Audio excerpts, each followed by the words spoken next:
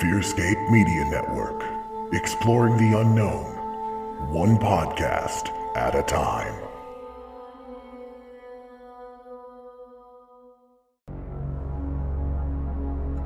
Who is the Slender Man? Coming to the Fearscape Media Network, FSMN's first ever mega October network crossover event, The Slender Man.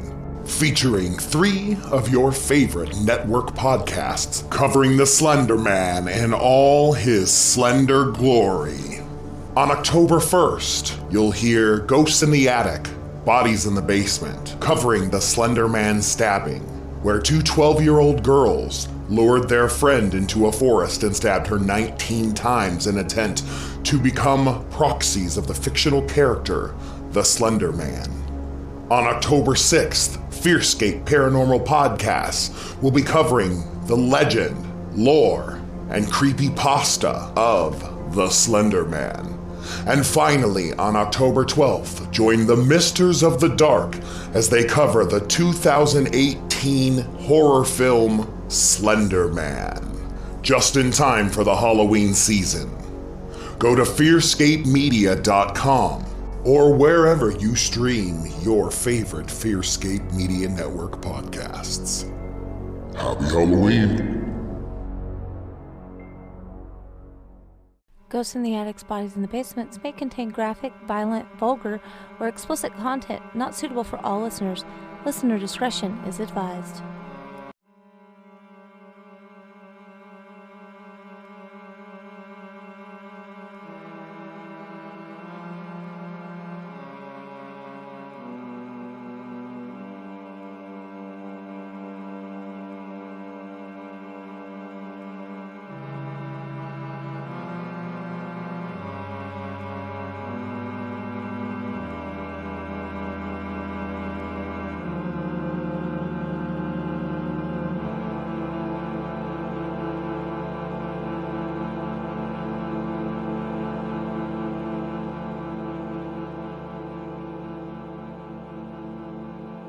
Welcome back to Ghosts in the Attics, Bodies in the Basement, listeners. I'm Anna.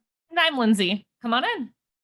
All right. So it's been a little bit since we've had a chance to sit down on Zoom together. I mean, we FaceTime daily, but that's not the same. We were going to record this episode yesterday, but due to yet again technical difficulties, we didn't get to. So it's a late night episode. Well, I say late, it's like after 5 episode recording. I'm drinking really pretty labeled wine, and the main reason I bought it, I'm going to show you the label. It has a fucking owl on it. That is so cool. And it's so pretty. It's called The Owl and the Dust Devil by Icon Blend, or it's an Icon name? Blend. Yeah, it's not cheap. Well, where I bought it, it wasn't cheap, Right. but it tastes phenomenal. I'm drinking Dr. Pepper Zero Cherry. That sounds delicious too. I'm gonna put my watch also on silent because it likes to tell me things whenever I'm trying to record. You mentioned technical difficulties. You know what's so funny? Because the listeners don't know this, only you and I know this because it's before we started recording. I have frozen so many times when we've gotten on. It seems to be okay right now. But knock this on morning, some wood. Right, knocked on my desk. This morning I had a Zoom meeting. No problems whatsoever. Last week I had a 3-hour Zoom meeting. No problems at all. So what is it about GABP that Zoom hates? It's the Zoom Pro that we actually pay for that it hates. Yes. That's my guess. But my technical difficulties yesterday were, I'm off work. Woo, let's record. Oh, fuck. My computer literally would not turn on. It's on a dock and the dock wouldn't turn on either. I do everything I can think to do. Unplug all the wires, you name it. My husband's an IT guy. I've heard it all. So I did all the things I could think to do. He had to physically take out the battery. He did the old school like Nintendo trick where you blow on everything. And Some then of our listeners might not know what that means. Yeah, well, Google it. But he put the battery back in and ta-da, my computer magically works, and so does the dock. I don't understand. Maybe the battery like came loose some fucking magical way.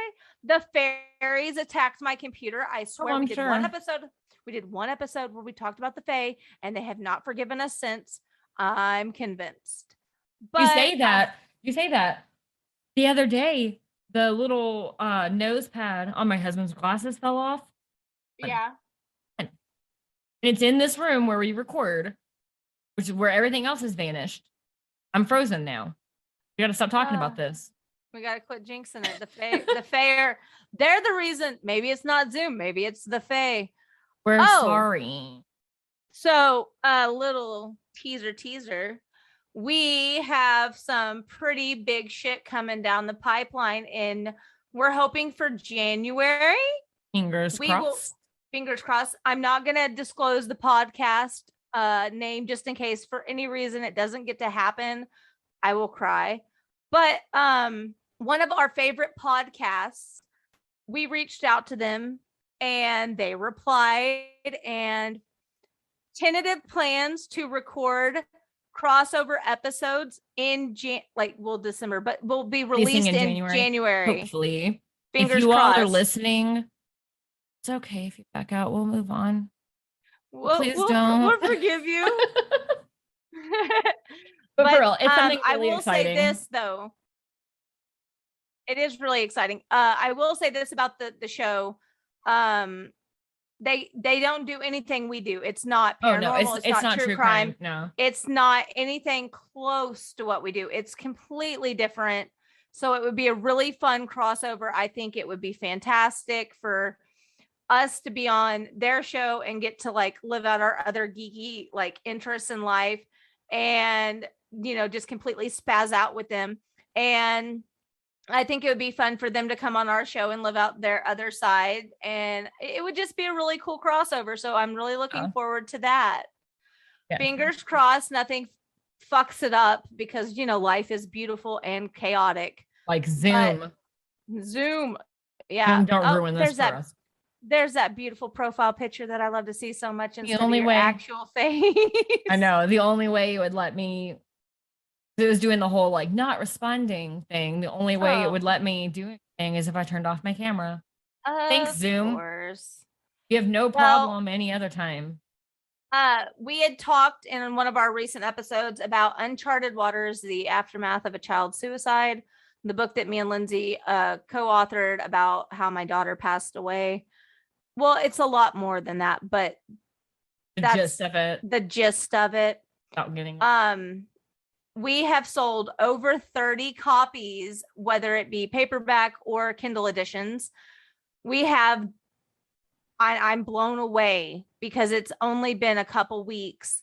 We have earned $183.50 to donate in her name. And it's because of the people that listen to this podcast, family and friends. And I just want to say a fucking huge thank you. Because of you, we will be able to donate a significant amount of money, even if no more money falls in from the sales. Even if this is all we get, it's almost $200 to donate to help other people that are struggling and that need help. And it gives people resources. And I'm just so blessed to have all of you contribute to that. So thank you. If you bought a copy, thank you so much. And I mean, as an author, I am obligated to say this. Please leave an honest review. We appreciate your feedback. Right. It's just just like the biggest struggle. Oh, speaking of reviews, I know we're supposed to say it at the end of the episodes, and we never do. If you like our show, please like, share with your friends, share it on social media, and most importantly, leave an Apple review or a review anywhere on any platform that you listen to help boost us in the algorithm so people can find us, so more people can be a part of this lovely little community that we are trying to create. And the last bit of housekeeping, book club people, we have not forgotten about you. It has been a little bit crazy, like on both ends. We've been very blessed to be busy, but busy nonetheless. And we are getting around to it. It just gave you a little more time to read, right? So For the record, as a reminder, we are reading Little Darlings by Melanie Golding. If you have an Audible subscription, the book is free. And it's really good. I was thinking about it today. Yeah, it's such a mind trip. But yeah, so I mean, if you want to participate, you still have a little bit of time. We're going to be releasing that bonus episode coming shortly. If there's anything you want us to cover, let a bitch know. We will get investigating, but I digress. Let's get into why we're here today. It's spooky season, y'all. It is officially mid-October, which means we are on the countdown to Halloween. Yes. And then, you know, Thanksgiving, and then the most expensive time of the year, Christmas. Oh, I'm sorry. Did I say expensive? I meant joyful. Christmas stresses me out. Like, my husband has 5 siblings. I have 3. They all have families. It's a lot of people to pay for. That's why you got to do the Christmas games like Dirty Santa and stuff. Makes things so much easier. I wanted to do a party last year, but COVID fucked my life up along with everyone else's. So I'm hoping as long as COVID, I don't have any. Oh, there's wood. Don't come back as full force as you did before. Taper off and go the fuck away so we can resume life as we choose. Yes. But again, it's spooky season. Is there anything you wanted to talk about before we get into our episode today? Well, yeah. So it's spooky season, and this is right on topic for that. I know that we have some listeners in the Lexington, Kentucky area. I grew up in Frankfort. Little shout out. If you are in the Lexington, Kentucky area, be sure to swing by Lucy Brown Coffee Shop. They have art on display there this month. The artist is Cameron Ramsey, and he's actually my sister's husband. And all of the pieces that are on display are spooky Halloween themed, and they are just fantastic. He's a great artist, and all of the pieces are actually for sale. And that's fantastic. Go Cam. Yay. Right. It's awesome. He's so talented. He needs to be celebrated. Yes. I actually have 2 of his paintings hanging up in my house. He did a portrait of our dog Copper, who died last summer. And then our Christmas present from them last year was a watercolor portrait of my children. And it is, phenomenal. I'm not biased because I've never met Cam. I just hear wonderful things about him. It looks like a photograph, just watercolor. It's phenomenal. Like, yes, her children amazing. Look exactly like themselves. He's so talented. Yes. So all of you Kentucky people can support a local business and a local artist all at once. That's at Lucy, which is spelled Lussi Brown in Lexington, Kentucky. And I'm in no way affiliated with them. Just a heads up. Like, don't go in there asking for a discount because I've never been there. I only know about this place from my sister and her husband with art stuff. Also, sure it's great. I'm sure they have phenomenal coffee because local coffee is the best coffee. Sorry, Starbucks. We love you too. But I just want to say real quick, Cam sells his artwork also I believe on his Instagram page. His Instagram handle is, no idea how to say that. I will make sure to type it in the show notes. And maybe we could hyperlink it. We've been able to do that with some stuff, which is really nice.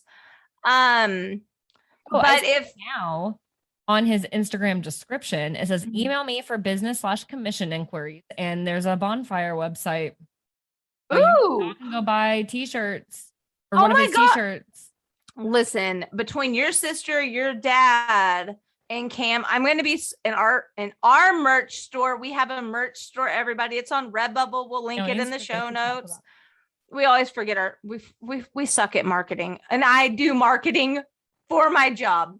It's problematic. Listen, I have ADD, literally. So we'll link everything in the show notes. But between all of the talented people in your life, I'm going to be so broke. Anyone listening, I will make a very long, lengthy list of really cool shit family members. I'm talking to you that I want for Christmas, and then following my birthday, of all these cool shirts that they have available. Because Keith, Lindsey's dad, has some really rad merchandise, and we can link his stuff below. I just want to like shout him out, praise him for a minute, is a phenomenal author, freelance. He does all kinds of stuff, but right now he's living the nomad life, just living his best life, traveling here, there, everywhere, and experiencing everything this beautiful country has to offer. And he's keeping track of all of his journeys, and he may eventually put out a cool book about it. I'm really hoping for that. Hint, hint, if you're listening, I want a book. But he's a really cool guy, and he has some really awesome t-shirt designs available. Her sister Laura is beyond incredible. She has a really awesome planner that we'll put in the show notes, and she does t-shirts, she does stickers, she does everything. She's so phenomenal. And then Cam, we just spoke about. So, you know, Lindsey comes from very talented people. I'm not jealous. Not at all. My people are cool people too, though. Okay, enough about us. Chit chat's over. What are we talking about this week, Lindsey? We all know we kicked off October with the 3-part Slenderman story with Fearscape Paranormal and Misters of the Dark. And we hope you all enjoyed that. All of the episodes are out now. So if you missed it, our last episode was part 1. Then you go to Fearscape Paranormal for part 2 and start for part 3. And yeah. I just want to touch on that for 1 second. Okay. We had, and thank you for the listeners that came and hopefully stayed from Fearscape Paranormal and Misters of the Dark to listen to us. Our numbers jumped significantly in one day. It usually takes us about 3 to 4 days to get that many hits on our plays. And it has just continued to grow. And we are so thankful that you are listening, and we hope you enjoy the content. Feel free to check out our back catalog. It's pretty cool too. At least I think so, but I think I'm awesome. You don't have to. So now that the network event is over, though, and we already mentioned before, it's spooky season. It is the best time of year, our favorite time. And so we're going to do the rest of the month Halloween themed. And specifically today, we're going to talk more on like the true crime aspect of Halloween. Yes, because what would you think would be true crime? Like just murders on Halloween, disappearances on Halloween? No. Some movies are inspired by true crime, which is so cool. So we'll touch on that briefly. And when we touch on the case briefly associated with the movie, just know that does not mean we will not do a deep dive on it later on, because some of these cases are wild, y'all. So like I said, movies based on true crime. What would you think that would be, Lindsey? Any guesses? I always wonder about some of the movies. The one that always sticks out in my head is like The Strangers. Is that real? Oh. Okay. For those of you who don't know me on a personal level, I don't get scared by movies often.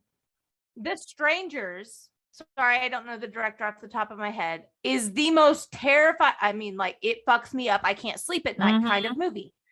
Why, you might ask? Well, there's a knock at the door, and this couple's just trying to enjoy their anniversary dinner or whatever they're doing.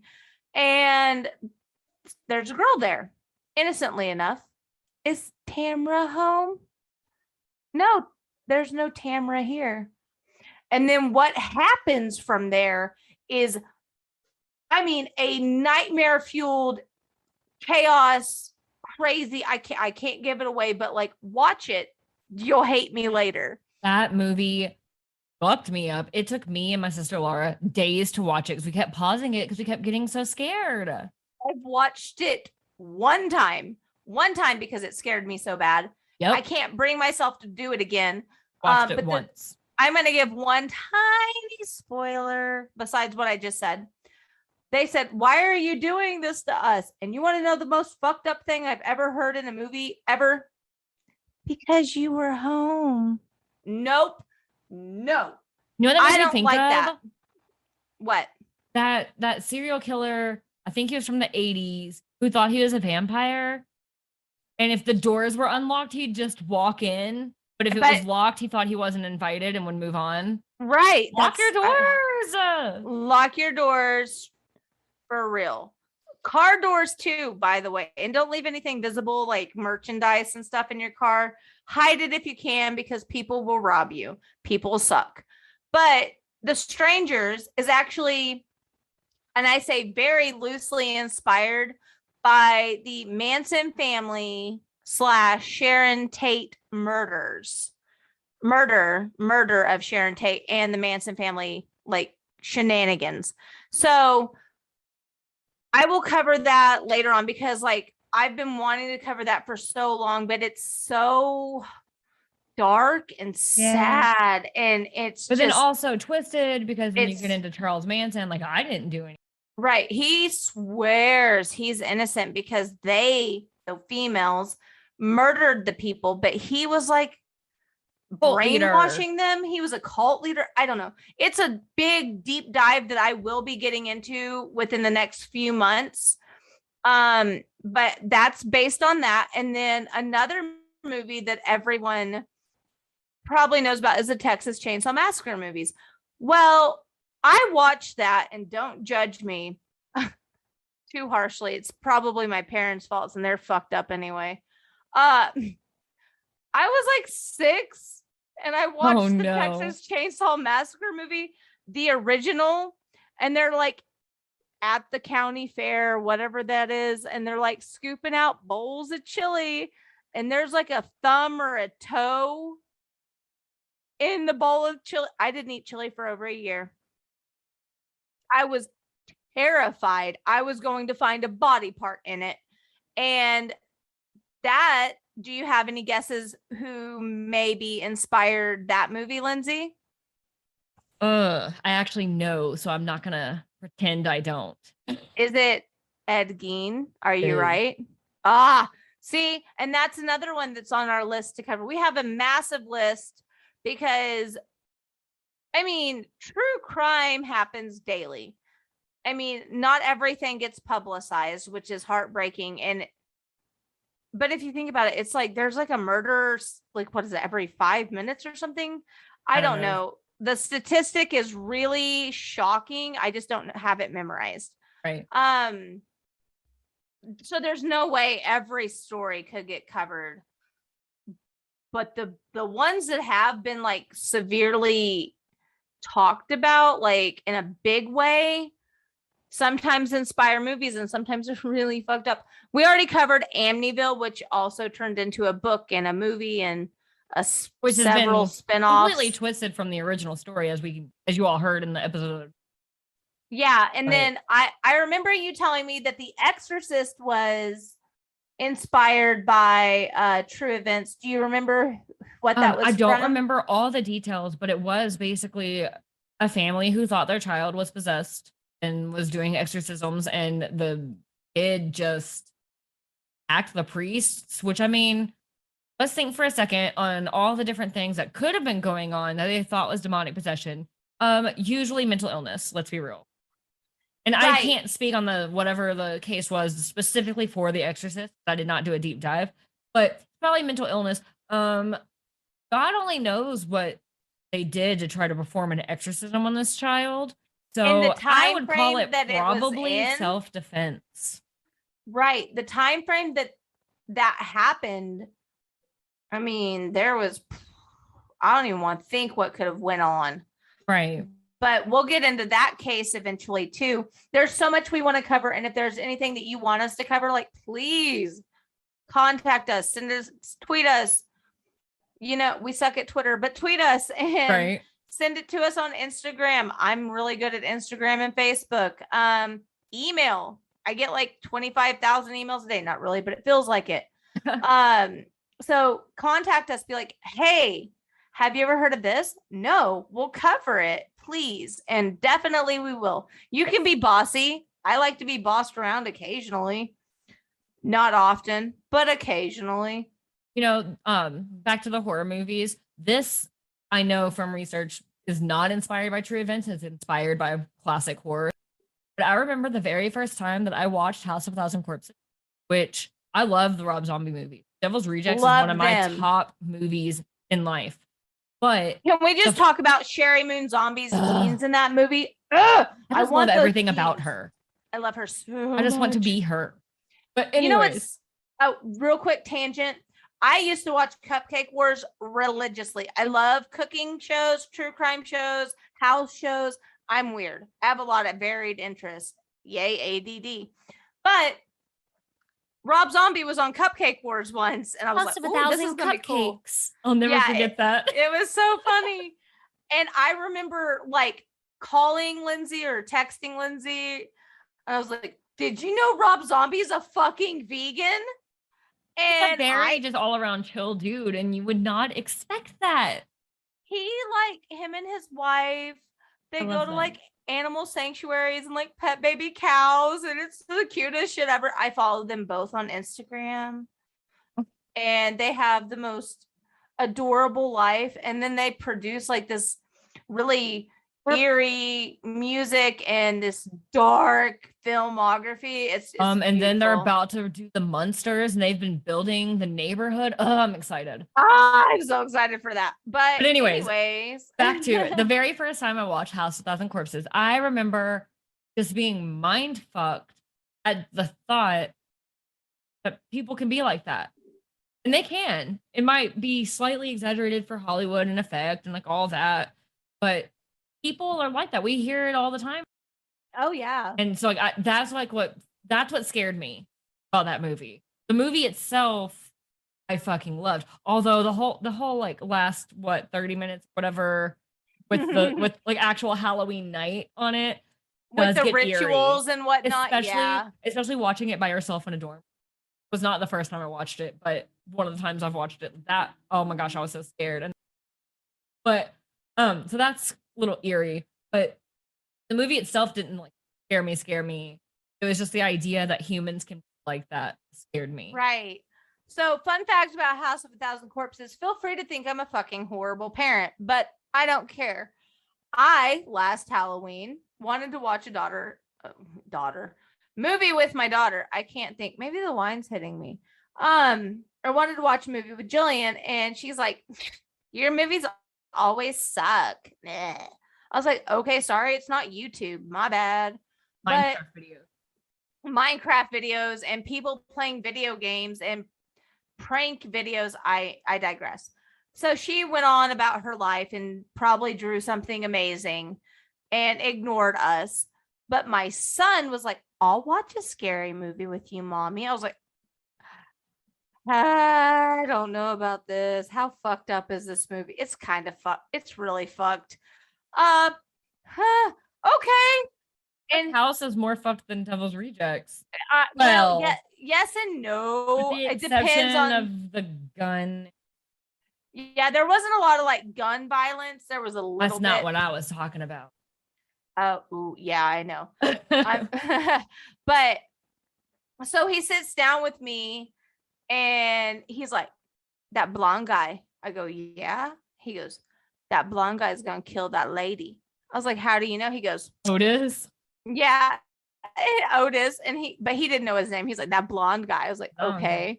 And he goes, he's gonna kill that lady. I go, why do you say that? He goes, because you don't pick up strangers in your car. That's how you get murdered. And I had the most proud parent moment in that one instant. I was like, yes, I've taught you something. I've straight up told my kids, I'm like, we don't hit unless somebody's trying to take you. And then if you ask them, I'm like, and then what do you do? They go, dig your nails into them so you get skin. I'm like, there you go. My friend Mar, she told her daughter, she goes, if somebody's trying to take you, say every cuss word you know at the top of your lungs, along with don't fucking touch me. And her daughter goes, can I practice? She's a little bit younger than Lan. It was hilarious. And Like, but that's a good point. Like, if you scream help, no one's really going to care. That's why they tell you to scream fire. But could you imagine like a child screaming infinite profanities? It would cause a scene, it would draw attention, and then you would notice. So I thought that was like really smart of her. But I mean, and like that and screaming kids in public in general, because I have a toddler who deals with a lot of tantrums, a whole other story for not this type of podcast. But I'm always very thankful and counting my blessings when it does happen in public that she's screaming, mommy, blah, blah, blah, blah. Because I'm like, at least people know she's with her mom and isn't being kidnapped right now. Oh, speaking of toddlers and tantrums and kidnap situations. Oh, I know where this is going. I swear we will get to the podcast, people. Just leave us alone. Hey, we've talked about some stuff. Yeah, a little bit. I was on Buckley Air Force Base where me and Lindsey met. Before I met Lindsey, Jillian is a whole 2.5 and terrible because I would not buy her a candy bar, because it's before dinner and she was kind of being a jerk in the store. So I'm not going to reward poor behavior. I thought I was making a smart parenting move. What does she do? Runs full speed. Toddlers can run faster than a gazelle. I'm convinced. Full speed, just charges. I told my husband, bye, charge after the kid who looks nothing like me. Pick her up like a sack of potatoes. And if you don't know that reference, you're too young to be listening to us. Throw her over my shoulders. And she's screaming at the top of her lungs, help me, help me. I don't know this lady. Oh, what a jerk. I mean, I was terrified. We are on a military installation. I just want to point out, thank you that no one called the cops on me, but also why didn't anyone call the cops on me? Because I could or at least ask if everything was okay. No one asked one fucking question. They were just like, meh, it's whatever. I could have literally been kidnapping someone. She was screaming she didn't know me and she looked nothing like me. But she did though. I mean, no. Because your husband was deployed when I met you. And so I'm like, what are you talking about? She doesn't look like you. She looks just like you. And then I met your husband and... Tell the story, Lindsey. Tell the story about the driving. Yeah. Have we told that on here before? I don't care. Tell it again. Anyways, it's a good one. So, like I said, he was deployed when we met. She's telling me, Jillian looks nothing like me. I'm like, what are you talking about? Like spitting image. And then, he came home from deployment and I couldn't see Anna's face in her anymore. It was just mini Alan. Right. To the point where I was driving on base one day and I drove past him and it was so insane. Like, it was like I was driving by a Jillian who, again, was like 2.5, 3 years old at the time. But with no hair, grown adult driving past me. And I'm like, this is not right. There's a oversized toddler driving. So she broke the one big rule on base: no phone calls while driving. She's like, I'm not supposed to be doing this, but oh my God, I just passed Alan and I swore Jillian was driving the car. And it was so like funny. Other than, I mean, facts. My kids look like me when you look at like toddler to childhood pictures of me. Yeah.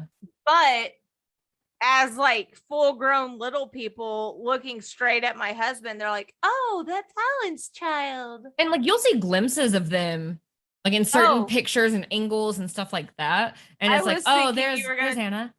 I thought you were going to talk about their personality problems. Oh, well. Because my son has decided when he's pissed off at me, I am mother.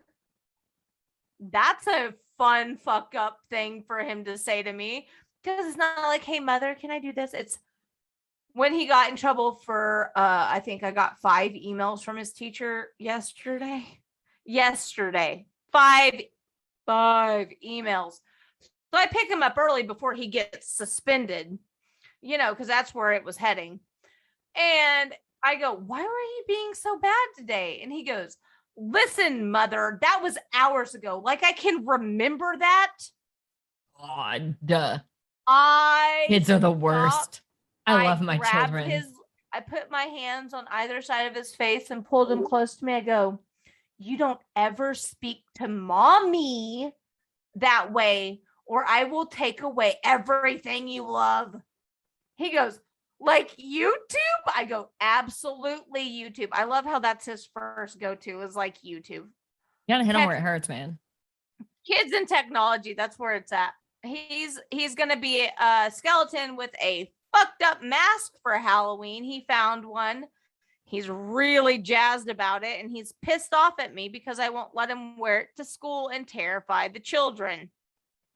I usually don't let you wear like masks like that for dress up days at school. I tried to explain logic to a 7-year-old, and I got so fun times. So I'm gonna go with a dark joke here for a second. Ooh, love it. Yes. So if y'all get offended, just remember it's a joke. Remember, we are mothers and we love our children. We love them and hate them equally. Depends on every second of every day. So the joke is my attempt at a segue into the next topic, which is kids are such little shits. It's no wonder they're always talking about poisoned candy. Oh, no joke. For real though, we all know that one of the best parts of Halloween is trick or treat. The most boring part is when you get home and the parent has to go through every single make sure it's not tampered with. And like there's even like some places you can take your candy like to be x-rayed and stuff. So like What make the sure fuck? I don't know how they would know it wasn't poison, but I guess it checks for the razor blades and shit. Yeah, needles and razor blade.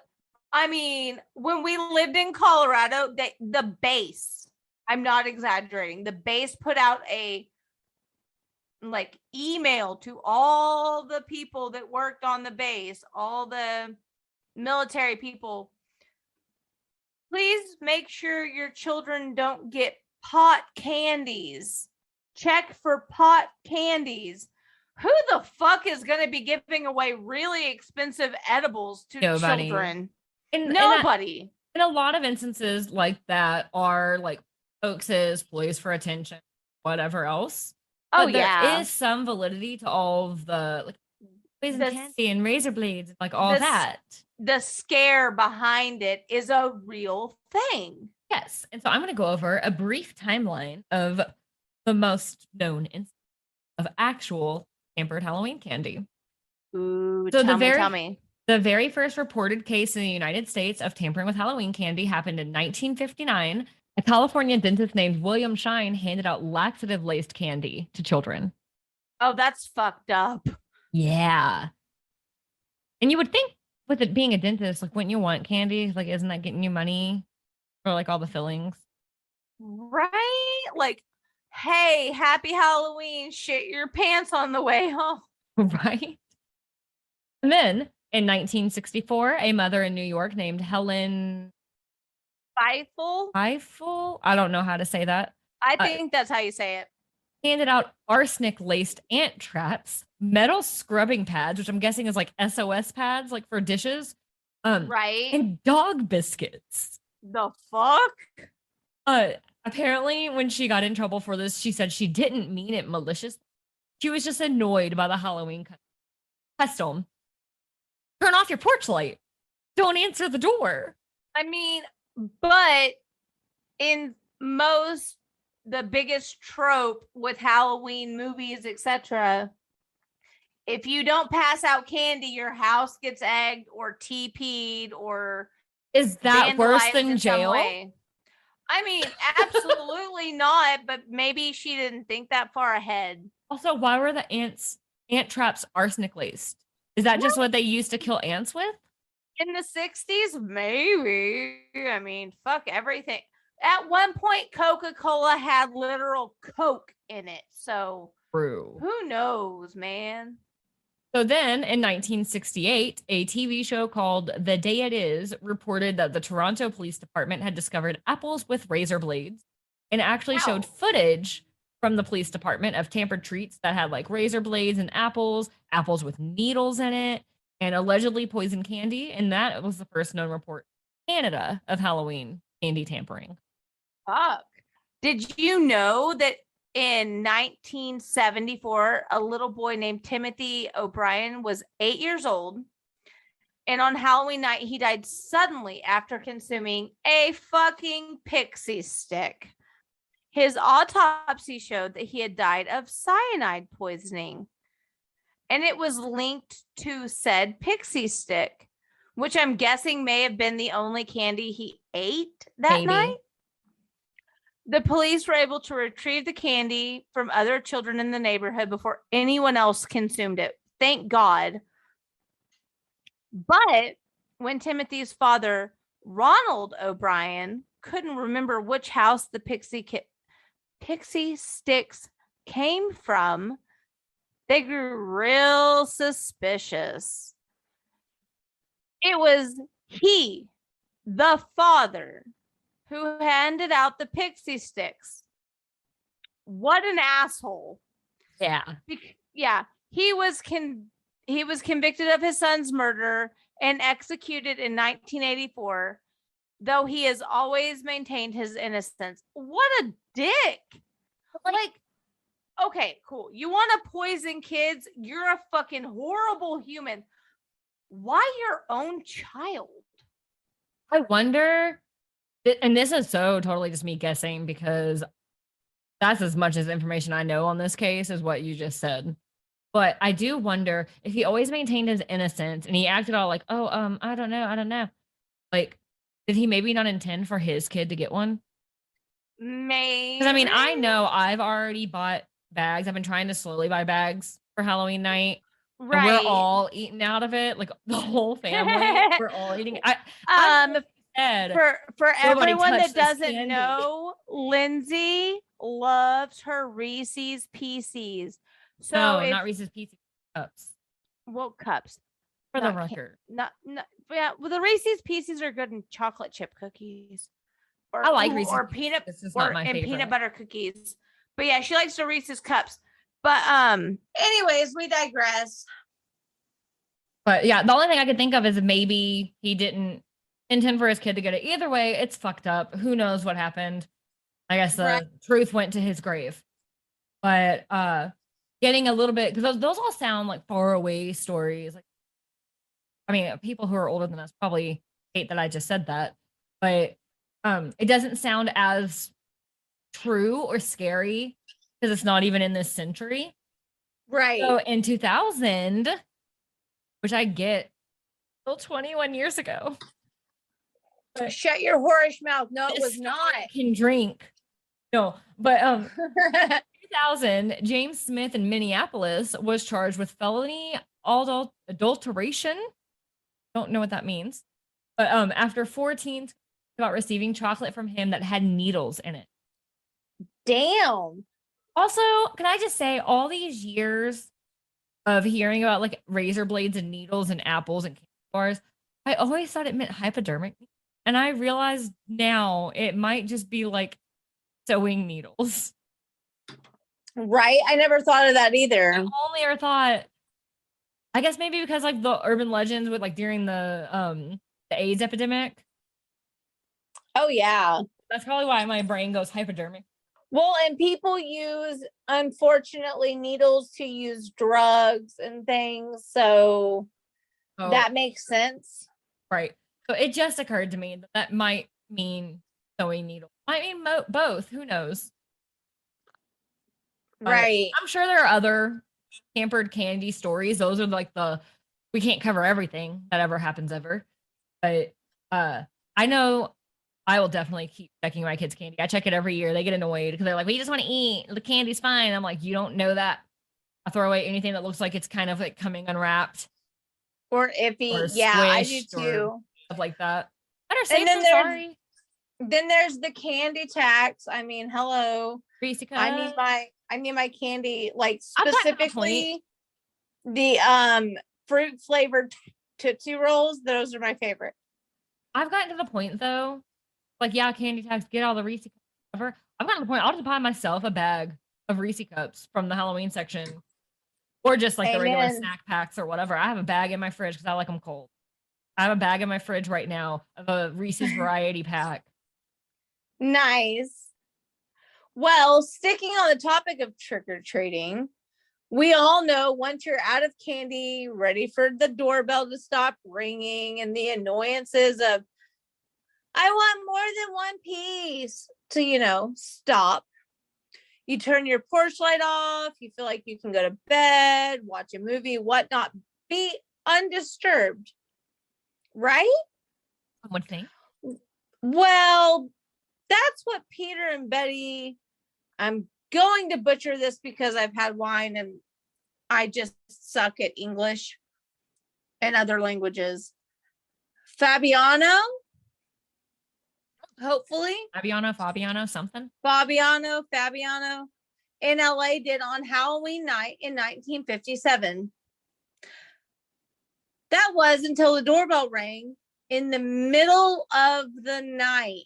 That alone is. I would call the cops. I once had a phantom dream that like woke me up. Like, like you'll have like the auditory dreams in between, like of my doorbell ringing in the middle of the night. And I like jumped out of bed, like ready, fight or flight, or freeze, and then noticed my dogs didn't even twitch. And that's when I realized, like, I went and like looked at the peephole, but I could there was have nobody swore there. Today someone was beating on my door like the police. It was my dog in their kennel scratching, but like the sounded like someone beating on my door. I hate it. So terrifying. Right? So Peter got up, grabbed the candy bowl from what he assumed would be a trick-or-treater, and he answered the door. On the porch was a woman wearing a mask. Nope. No. You know what that sounds like? The Strangers. Yeah. Nightmare fuel. That's what that sounds like. She lifted her hand, which was inside of a paper bag, and she shot Peter. Gosh. Right? Like, oh, let me go appease this fucking late night trick-or-treater asshole, and he gets shot. Okay, I know you didn't say it, but for some reason my brain is convinced that she said trick or treat when this happened. Trick or treat. From my notes, it does not say that, but maybe I could see it. I can too. Unfortunately, he died instantly, which is heartbreaking. Eventually, police arrested Joan Rabel. I would guess Rabel based on the Rabel. Yeah. Joan apparently had a sexual relationship with Betty. Okay. Plot twist. With his wife. And it was believed she was convinced another woman, Golden Pizer, to kill Peter, but both women were charged with second-degree murder and sentenced to 5 years to life, which I feel is a small amount of time. 5 years, make it 25 years to life, but whatever, I digress. They were eventually released. And Betty wasn't charged with any relation to her husband's death. But let me go on the record real quick. Go on. Betty can't control what her mistresses do. I was gonna say Betty might not have known anything about it. It might have just been, if I can't have you, no one can type deal for all we know. Or I want you all to myself. Absolutely. There's a lot of things like that. I'm just very curious to hear how she convinced someone else to do it. Maybe Betty had a lot of side bitches. Brings a whole new thought with the whole love triangle on Folklore by Taylor Swift. Betty. Right. Now, taking a slightly different route. Been a minute since we've talked about aliens. So we're going to talk about the alien invasion, Halloween Eve of 1938. Or rather, what a few people believed was an alien invasion in 1938. So on October 30th, 1938, Orson Welles and his troupe of radio actors broadcasted a performance of H.G. Wells's War of the Worlds. Ooh, yes. So I guess the way that the broadcast went, which I had actually found a recording of the broadcast and I wanted to listen to it to see how convincing it sounded, but then my phone actually let me listen to it. So thanks a lot, technology. One day. Well, just a brief timeout sidebar for anyone wondering why I may sound slightly different. I murdered my computer quite literally with a smidge of wine. Oh no. About 20 minutes ago. So I'm recording on my phone now. So, speaking of technology, my husband's super pleased with me. He's going to get me sorted out. He's an IT specialist. I believe in him. And I think we have a backup laptop that's not being used that was my daughter's type thing. Right. So if I sound off or echoey, I'm sorry. I spilled wine. My bad. You sound fine. So hopefully it sounds fine for everybody else. But so yeah. Orson Welles. So yeah, so technology did not allow me to listen to the broadcast, but I would like to listen to it. I just didn't have time to do it, to try again. But but I guess it had started out like a fake radio playing music. You know what I mean? It's they announced the show starting. That was made clear. They announced no, presenting Orson Welles, blah blah blah blah. Right. But then music's playing, and then we interrupt this broadcast with blah blah blah. And I don't have direct quotes because, like I said, so basically, the whole style of it is interrupting the regular broadcast to let everybody know about these invasion happening, and it just tells the step by step what everything is going on or whatever. And it has always, to my knowledge, been explained that this caused mass hysteria.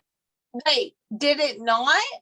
Apparently, that is actually highly debated, and by highly debated, I mean basically not.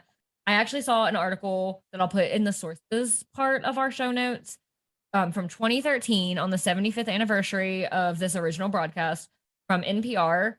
And they had said that basically the number wasn't that high. Even the number of people who knew that the show was even playing was pretty low, and people were listening to other stations or channels or whatever you would call it. So they were saying basically it wouldn't add up for it to be possible. That'd be like people saying, this is me obviously saying, that'd be like people saying there was mass hysteria because the girls on GABB said aliens were here when we don't have a huge audience yet. But no, but you know what I mean. So the article from NPR had actually said that it's at least believed that the number kept getting exaggerated when it was reported by newspapers as a way to discredit the radio as a good source of news. Oh, the news is so great on the radio, they're causing mass hysteria over here.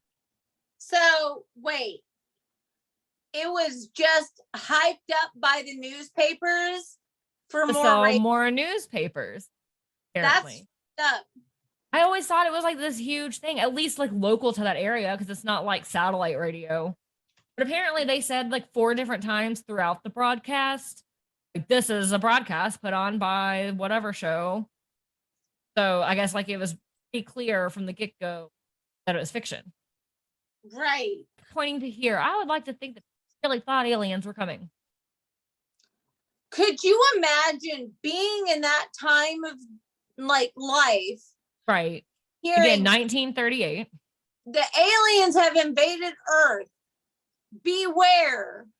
You can't just get on Facebook and see if the neighborhood group's talking about the UFO. Right.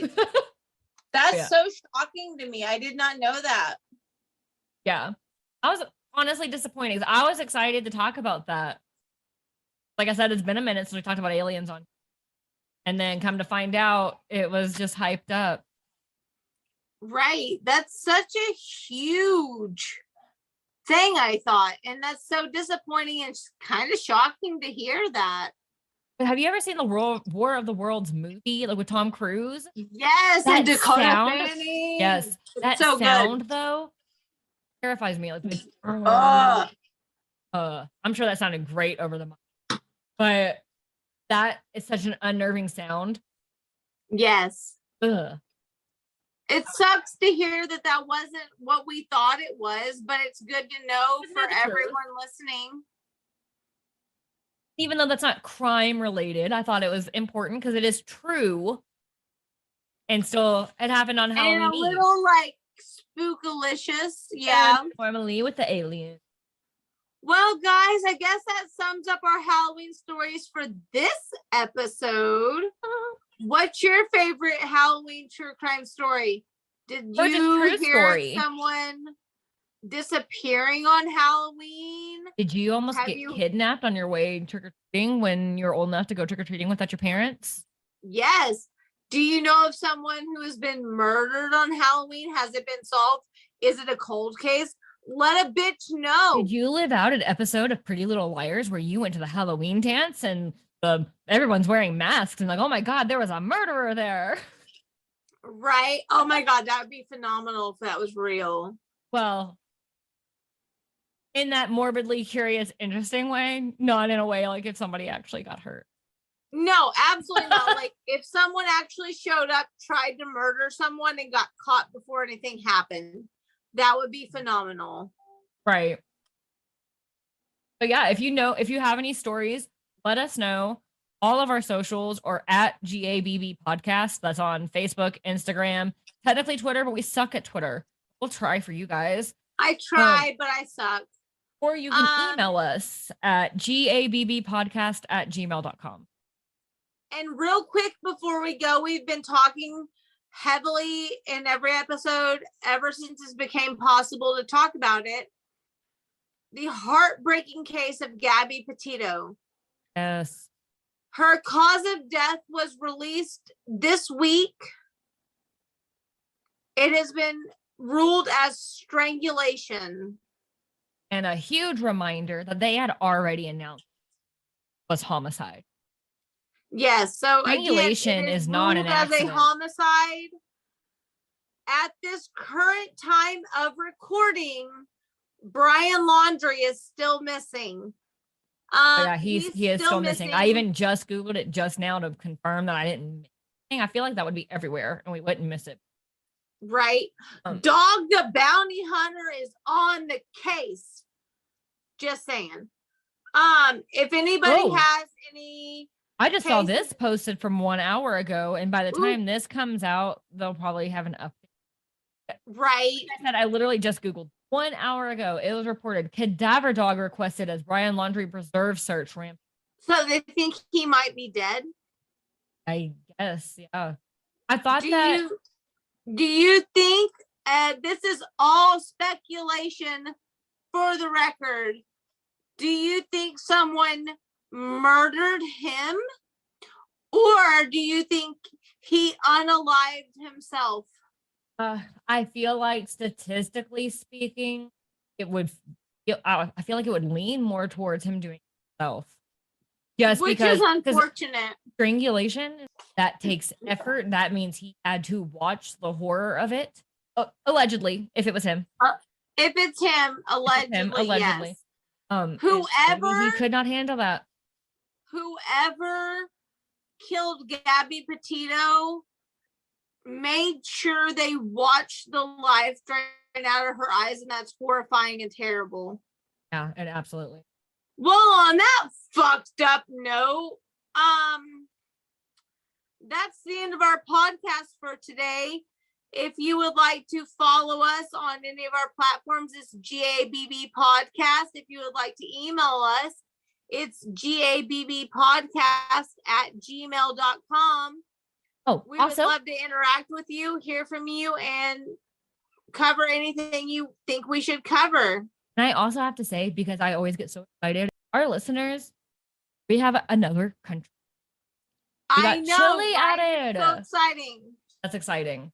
But thank you guys for listening. Even if you only heard one episode, we appreciate each and every one of you, no matter where you are. Although I really want to know where you guys have come from. No matter if you live in the United States or another country, tell us like how you heard of us. The person or peoples who are listening to us in Chile, however you're supposed to say that. I'm really white and also kind of drunk. Sorry. Please let us know any true crime stories you want us to cover from your country.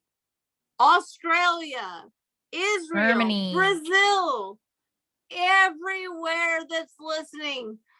Let a bitch know we are down to cover your episode. I tried to find like a candy tampering cabin in Canada because Canada is our second top country. Like, let us know some stuff. Yeah. And with a deep, heartfelt farewell, we bid you today until we talk again. Bye, listeners. Stay spooky. Bye. Bye. Hello. Hey, Anna. Is that a new outfit? You look super cute. It is. I just went to this really cute store in town called Mainstream Boutique. Oh, that sounds cool. Yeah, it's a really awesome store. It's like my little hidden secret. It's locally owned by a really wonderful woman named Kim. She's the kindest, most genuine person I've ever met. It's a women's retail boutique that offers a unique selection of clothes and apparel and accessories for all generations. So teenagers to 20 and up. It's magic. I mean, we've talked for years about what do we wear? I don't know what to wear at this age. I don't want to look like a teenager. This store is the store that has changed my outlook on how I appear as an adult. Oh, that's so cool. You said it's a local store? Yeah, it's local to Shawnee, Oklahoma, but they do ship. Oh my gosh. I'm going to have to get on that website. What's their website? Their website is mainstreamboutique.com. They also have a Facebook page, which is Mainstream Boutique of Shawnee. They're a apparel and accessories for multi-generations. Their mission, which I really stand behind, is to empower, strengthen, and celebrate women in the world throughout fashion. And I think that's so I love that. And I'm going right now to check that out, especially if they ship. That's awesome. It's mainstreamboutique.com or Mainstream Boutique of Shawnee. We'll put all the links in our bio, but I have an exclusive for you guys. Are you ready? What? I talked to the owner today. For our listeners only, you get 10% off your full ticket items. Oh my God. All full priced items when you ring up, 10% off, whether it's online or in person. And if you go in person, tell them we said, hey, they said to use the code GAB for a discount code. And if you use our discount code, you get 10% off all full price items of your entire ticket. How cool is that? That is amazing. I can't wait to go check it out. Well, the next time you come visit me, we'll have to have a shopping spree. I'm in. GAB is your promo code. Thank you for listening to Ghosts in the Attics, Bodies in the Basement, a Fearscape Media podcast. Music by Stephen Timperley. Artwork by Laura Ramsey. Find us online at fearscapemedia.com/GABB podcast or on Instagram, Facebook, and Twitter at GABB podcast or email us gabbpodcast@gmail.com. Thank you.